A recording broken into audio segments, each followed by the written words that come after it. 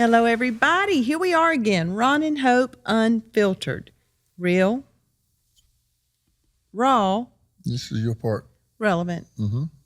Ron and Hope Unfiltered. You do Real, the ads, raw, you do the entrance. relevant. You do the exit. You do And listen, and this episode is advertisements. brought to you today by BetterHelp.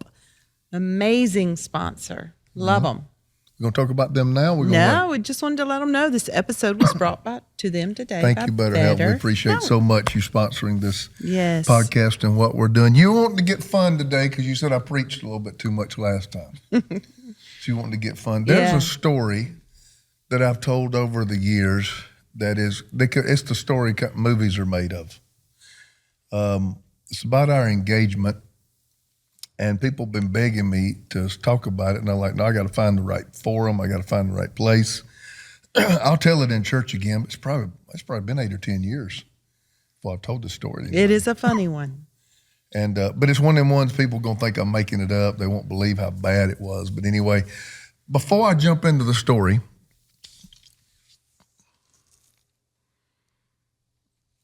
talk about when we met. Memorable moments while we were dating. Tell me one. Let's talk about when we met. I think we've told them that. Let's talk about it. You were so cute. I met you. You didn't meet me. Had that long mullet. Ron, you had a mullet. A long, blonde, no. permed mullet. I had a perm in my mullet. I was next did. level. So I would keep it wet and pick it. Oh, my gosh. And that thing would just have spirals down my neck. So whenever, like I was at the beach or something, I'd get it wet, swimming pool, that all I had to do was just like that, and I had them curls. That was a all plan, right? Yeah, it was a plan. Did you carry a pick in your pocket? I probably had one somewhere. Oh, my gosh. Well, you can't comb it. You have to pick it. We're dating ourselves. They don't even know what we're talking about. Perms and mullets, they don't even know what we're talking about. But you were so cute. But I had it cut back here. Yeah, like it is now, and a mullet. And I had a mullet in the back. That's right. Our grandson has a mullet. He does. Chandlin's little boy, Roland, has a mullet. He does. So cute. I was cute. Yeah. So I had a mullet. Saw you at a concert, Christian concert. Saw you on the floor. The building was packed. You was the only one I saw.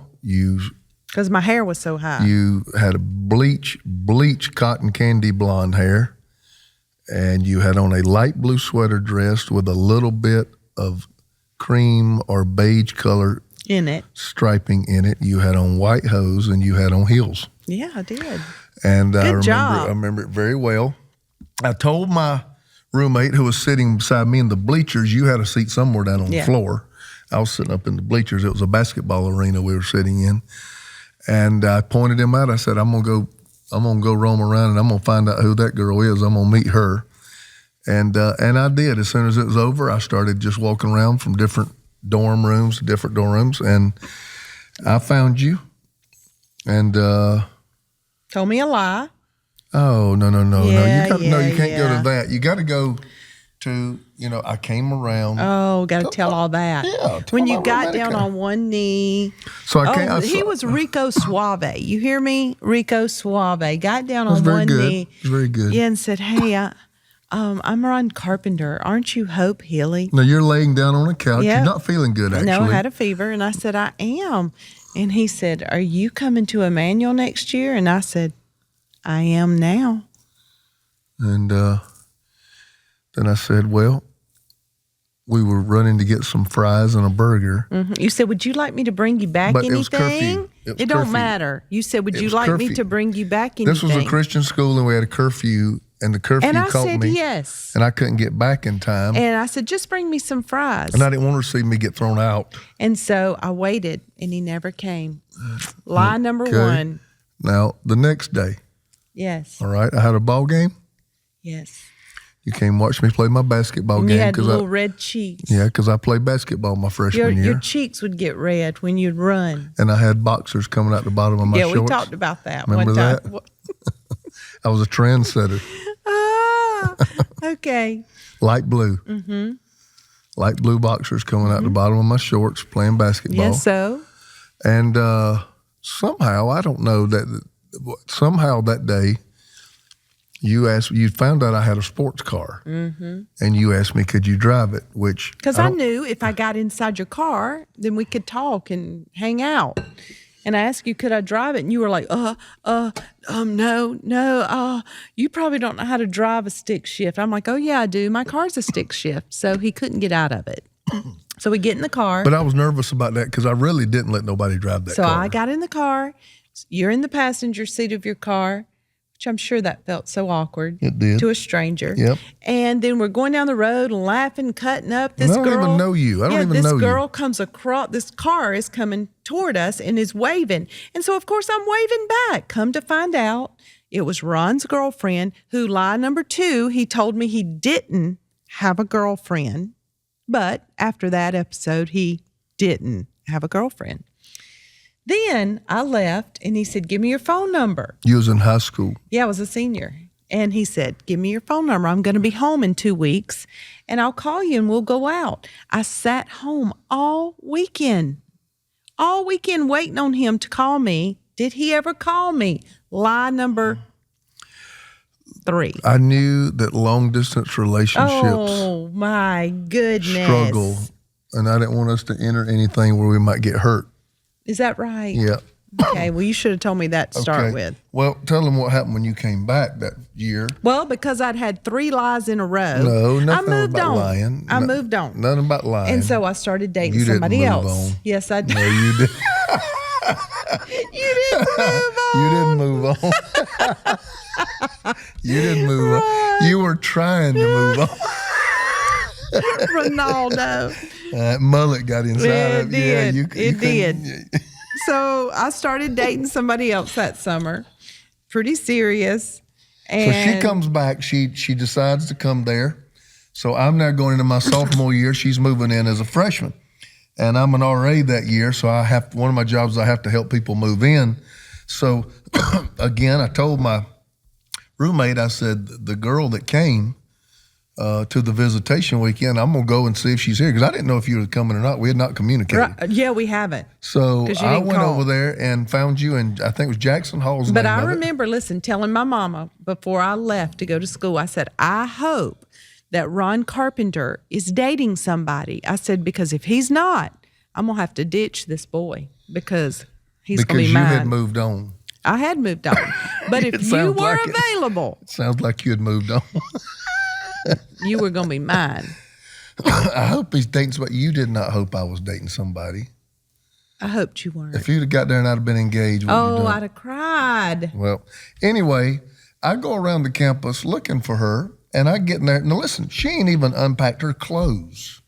I'm in the process. There is a wall. A shrine.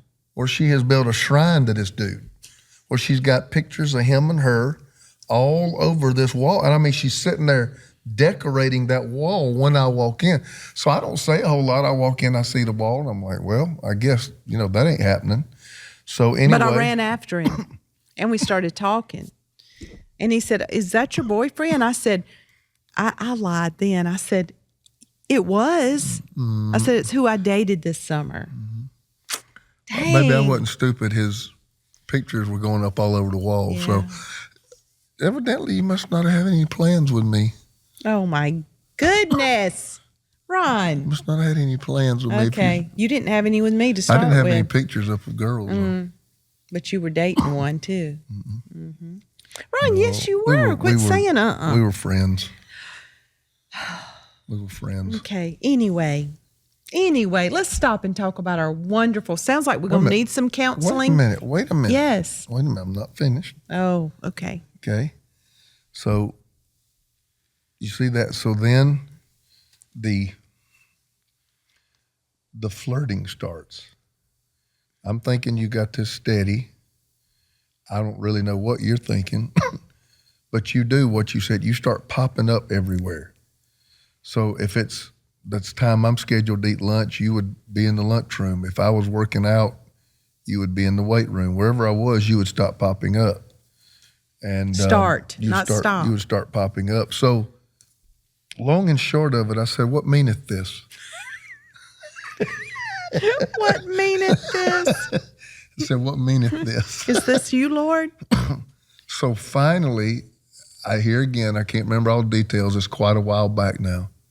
It's a long time ago. But I absolutely lit you up with a first kiss. Oh, my word. I lit you up. I mean, I heard you went back to the dorm and fell in the floor. I did. I was like, oh. So there was a bunch of people in there? It was a good and first you announced kiss. To everybody. I did. I was like, Ron, kiss me. Anyway, before we need counseling. No, I'm not embarrassed. I'm very proud. Very proud. I'm very proud. Yes. Was it not a good first kiss? Yes, Yeah, it was. It stung. Stung. It was good. You know why it was good? Tell me. Because I had planned it. Had you? I had a vision. Oh, okay. You I had a planned vision that of how thing. I wanted it to go down. Uh-huh. And I said, when I kiss this just girl right here, it'll be sewn pretty much up after that's okay. over with. And was I right? Well, here we are. Mm-hmm. Here we are. That was 1987. Do whatever it is you got to do, because we got to talk more about what's going on. That was 1987, and it's 2023. That was September of 1987. It's a long time ago, y'all. Yep. Bon Jovi had just come out with Slippery When Wet. You were saved, but you were not sanctified. I was struggling. You were not sanctified. I had gone to those revivals where I burned up all my old rock music. And then Bon Jovi came out in 1987. You were like, I am in a quandary. Like, God, I need you. I need you. I hated going to revival because I knew God going to make me burn it again. Jesus. Talk about what we need to talk about. Well, we said at the beginning that this episode was brought to you by BetterHelp. What is BetterHelp? I'm going to explain it. I think everybody listening to me wants to live their best life and wants to have their best kiss, right? And wants to be their very best self. Sometimes bad decisions, procrastination, lots of things that keep you from living your true best self. Working with a counselor or a therapist will help you get closer to the best version of you. Sometimes you just got to have another voice, another set of eyes, another set of ears. So I found the years that I didn't use a counselor or a therapist, I really struggled. I struggled with self-esteem, completing goals. I started with counseling really in 2013, and my life has just taken off. And I can say that I truly am living my very, very best life. And if you're thinking about getting counseling, I want you to try BetterHelp. It's convenient, it's flexible, it's affordable, and it's 100% entirely online. So fill out the brief questionnaire to get matched with a licensed therapist. It's convenient, flexible, affordable, and it's entirely online. Fill out a brief questionnaire to get matched with a licensed therapist today. If you want to live a more empowered life, therapy can get you there. Visit betterhelp.com/Ron and Hope today to get 10% off your first month. That's BetterHelp, HELP.com/Ron and Hope. We love BetterHelp. BetterHelp. Thought you was about to spell out better hemp. Why would you say that? I don't know. I just looked at it and I was like, and then you said we don't need that. Then you said HEP the first time, and I said, what is she spelling? Right. We don't need HEP or hemp. No, we need help. We need help. So anyway, grateful for our sponsors. We really are. What was I talking about? The kiss. The kiss that rocked the world. No, it didn't rock the world. It rocked me. Why did you go back to the dorm and fall on the floor? Because I wanted everybody to know that you want to Ron make an announcement Carpenter to all the women. Had kissed me, and we were on this path. Back off, girls. There were no girls. There were no girls. Do we need to go here? There were no girls. There was one girl that liked me. I made a choice, didn't I? Oh, yeah. Okay. So anyway, we date for a year. Okay. Let's tell them about that first major argument with the jean jacket. Okay, I'll let you tell it because I might say it wrong. Well, we were in the cafeteria, and you being your funny little self. Not an argument at all. Oh, well, it was you being your a joke or something. Yeah, you were being your funny little sarcastic self, and you tried to embarrass me. And this was a joke, and it embarrassed you. And this is the unhealed Hope. This is the Hope who, I hated to be embarrassed.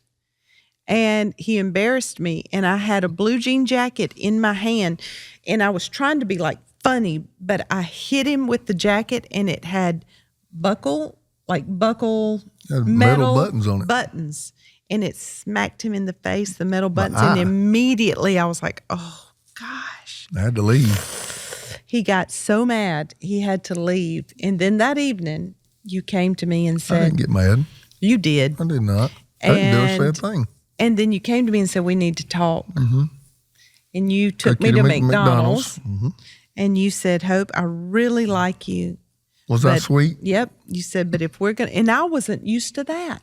I wasn't used to a amicable conflict. I was not used to that. I was used to screaming and yelling and consequences. And you said, Hope, I really do like you and I want to further this relationship. But if we're going to go any further, that can never happen again. And I remember I sat there and cried. Why? Because it touched me. Number one, it touched me. I'd never been in any interpersonal relationship where you had to deal with conflict and it was handled like that. That was huge for me. And then secondly, that it was the first realization that I was like that. And it hurt me that I came across like that to you. It was so normal and natural for me that I did not even realize how bad it was. But love understands, and it talks, and it works. I didn't want to end the relationship. It's patient. I didn't want to end the relationship. And I forget exactly how I say it, but I assured you of my feelings toward you. I don't know if we were using the word love at that point. It was pretty early on. No. But I wanted you to know I cared deeply about you, but I'm not a fighter. No, you're not. I'm just not.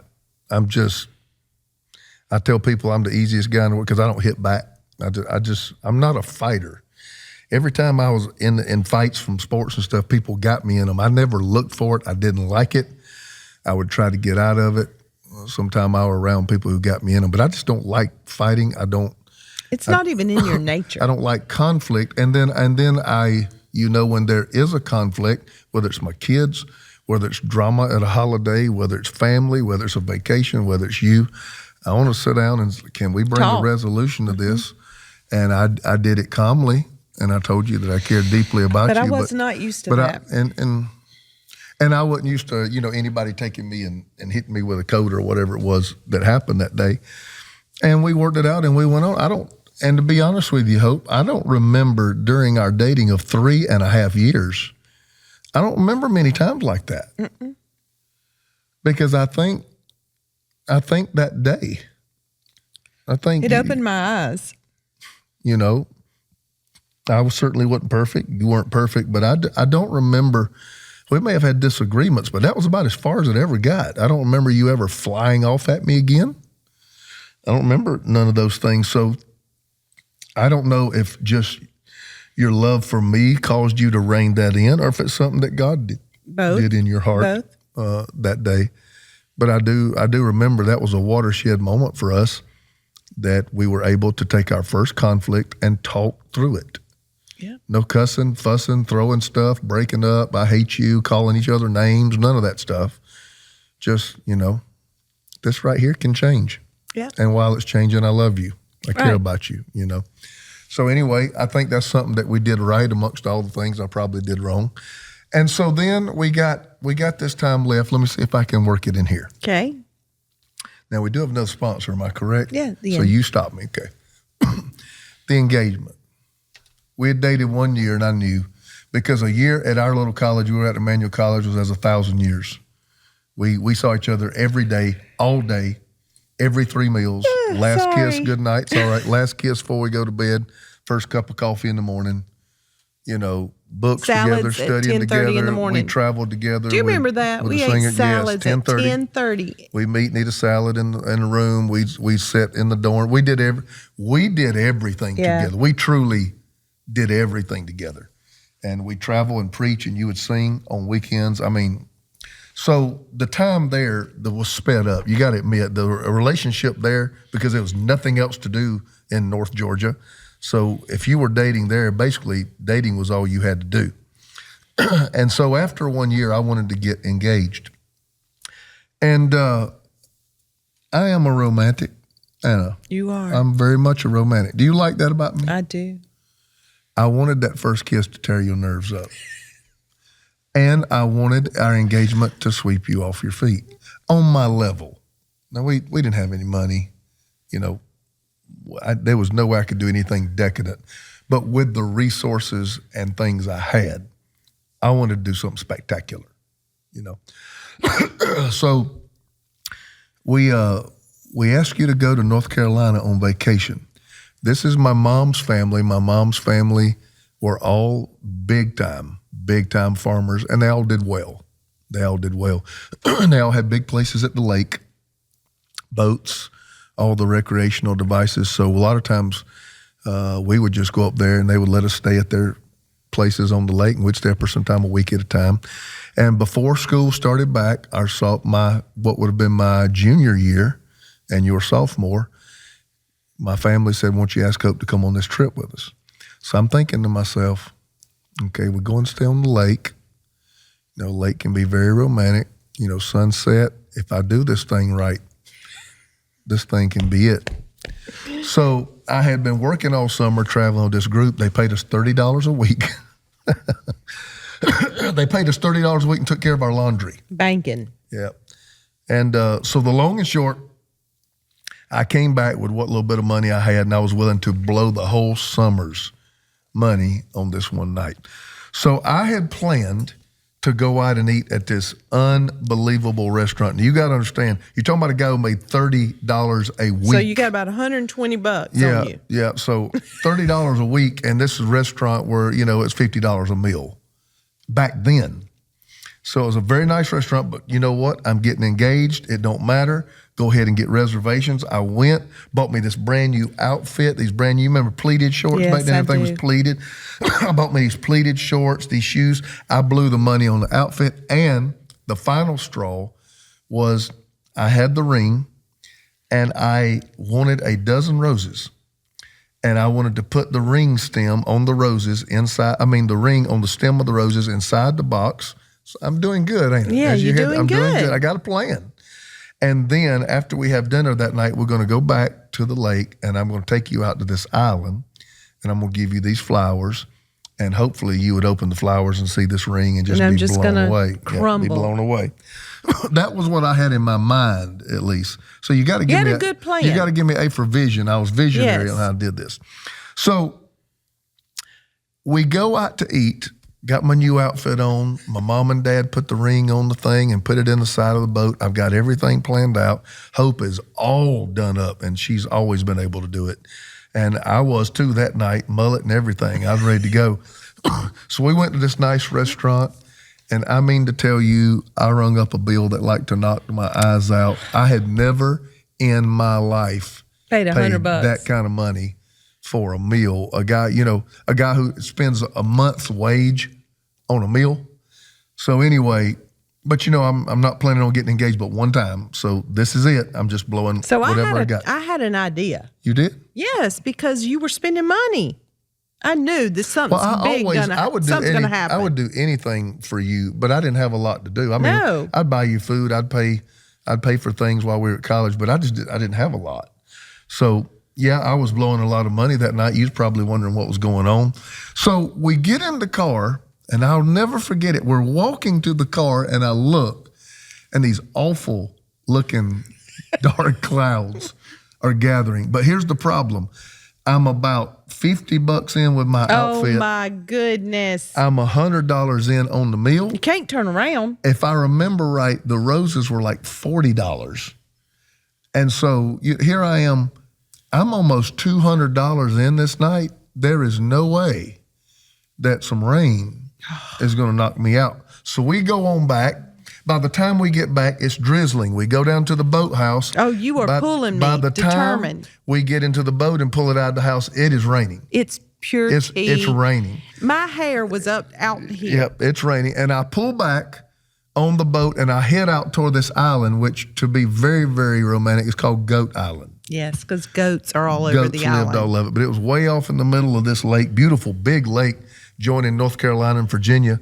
And we went out across there, and you got to understand, I'm in my uncle's boat. My uncle's wealthy. He's got this Mark Twain cruiser. I'm driving it with Hope. And I mean, you gotta see it. It's lightning. It's thunder. It's lightning.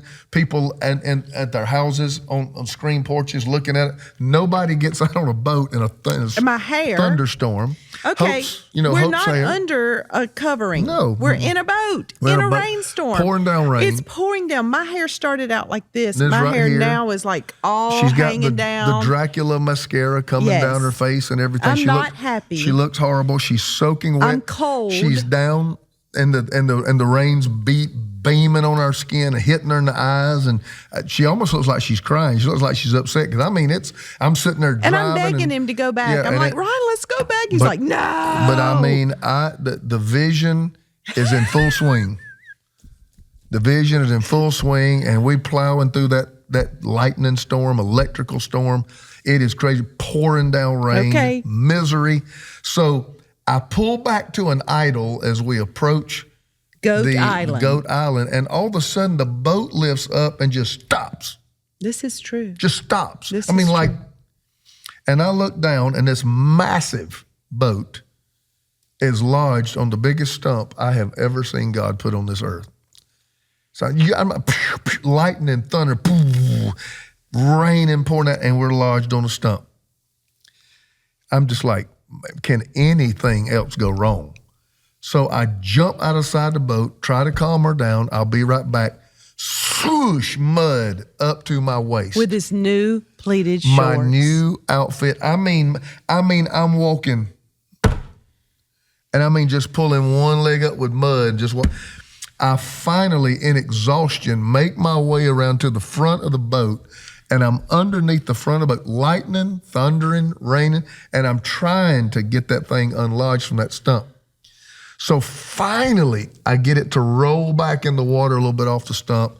I climb over the side of the boat and just fall. Mud everywhere. It's still raining. Pouring down rain. By that time, defeat has set in. Good. Defeat has set in, and I realize we got to go back. This is just not happening.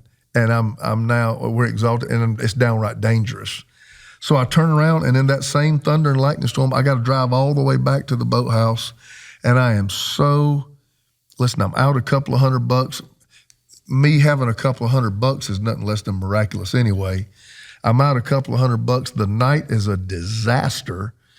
Everything, that I had planned had just, my performance was an F- that night on what I wanted to be the greatest night of her life up to that point. Okay? So I went and got out of the boat. If I remember right, I pulled it in the boathouse, put it up on, I got out and didn't even speak to you. I just got out. I was so defeated.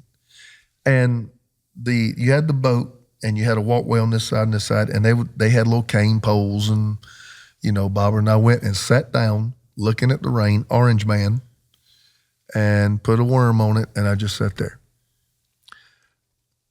Moment or two later, you come over and you walk outside and you come sit down beside me, and I remember I look at you and say, "Will you marry me?" True story. The absolute disaster of a night. What have I always drawn from that? Love is never performance-based if it's true love. So good. And I wanted to wow my way into your life. And so when everything fell apart, you said yes anyway, because love was never about the performance. It was about the person. So good. I learned a valuable lesson that night when you said yes on my worst day. And boy, have we had to employ that concept throughout our entire love life. Let that simmer a little bit and you talk about our next sponsor. Wow. Ooh, that's hard to go into a sponsor, isn't it? It's all right. I got a finishing thought. Woo. Well, our last sponsor today, and I am so grateful for our sponsors. They are so good to us. It means so much to us. Yes. Looking to get your financial future organized, and who's not? Right? We all need to do it. Everybody. If you don't have life insurance yet, that should be at the top of your list. Fabric by Gerber Life is the easy one-stop shop you need with life insurance and other family finance solutions all in one place. Fabric by Gerber Life was designed by parents for parents to help you get a high-quality, surprisingly affordable term life insurance policy in less than 10 minutes. Yes, it takes less than 10 minutes to apply. See your quote and then personalize your quote to fit your family's needs. You could be offered coverage instantly with no health exam required. Protect your family today with Fabric by Gerber Life. Apply today in just 10 minutes at meetfabric.com/Ron Hope. Say that again. That's meetfabric.com/Ron Hope. MEET fabric.com/Ron Hope. Policies issued by Western Southern Life Assurance Company, not available in certain states. Prices subject to underwriting and health questions. All right. What a love story, Ron. Just that It we is, have and had it's our story. That It's we've our had to story. employ over and over and over. And I think every marriage, if you really want to operate in God's kind of love, you will be put to the test to see if you really can. Well, Jesus said, love your enemies. I always looked at that and I'm like, that's a high bar. And then he said this, he said, but if you love those who love you, he said, what credit is it to you? He said, even a sinner can do that. Yeah. So in other words, he said, and if you hate those who hate you, what credit is it to you, even sinners? Yeah. So in other words, he says, if you operate a relationship by what's normal to everybody else, if they love me, I love them back. They hate me, I hate them back. He says, you have not separated yourself from the crowd. Yeah. He said, but I tell you who hear me, love your enemies and do good to those who persecute you. I learned a lesson in love that night. I've been telling everybody this for years. I learned a lot that night because I didn't think you were going to say no. I'm not going to say that. I didn't think you were going to tell me no. I knew you loved me. That's what you had to do. But I thought I had to do something spectacular. Yeah. And hope it fell apart. I don't even know if I can say it as bad as it really was. It was bad. It fell apart. And I figured by then you knew what I was doing. And so I went ahead and asked anyway, and you said yes. And, years back pondering that, I'm like, wow, none of that other stuff even mattered. No, I wanted just to be with you. Right. None of the stuff even mattered. Not the roses, not the boat ride. I just wanted to be with you. But do you know what's a killer to people? Performance-based relationships. Yeah. Where it's a mom and dad that you feel like you got to perform for, a husband or wife you got to perform for, a group that you want to accept you, that you feel you got to perform for. Performance-based relationships are all we know in the earth. And then when we meet God, we think God's the same way, and God is not. No, he's not. A man. God is not a person. He loves us just for who we are, not what we do. And he loves you when you're unlovable. He can't love you anymore, and he can't love you any less. And so if you don't know that love, yes, you can know it, and it's perfect in Jesus Christ. This has been amazing. We did a lot of teaching kind of last week, instruction. I was really burning with that word on clarity this week. We just shared our story. Yeah. So you never know what you're going to get in Ron and Hope. Unfiltered. Unfiltered, real, raw, and relevant. We love you guys. Be sure and subscribe to our podcast. If you're on YouTube, subscribe to our YouTube channel. Share it. Like all of the podcasts that you see. Lots of things going on. Join us at hopecarpenter.com, Ron Carpenter, myredemption.cc. Go follow us. We'd love to be your friend and be a voice in your life. Until next time. Blessings.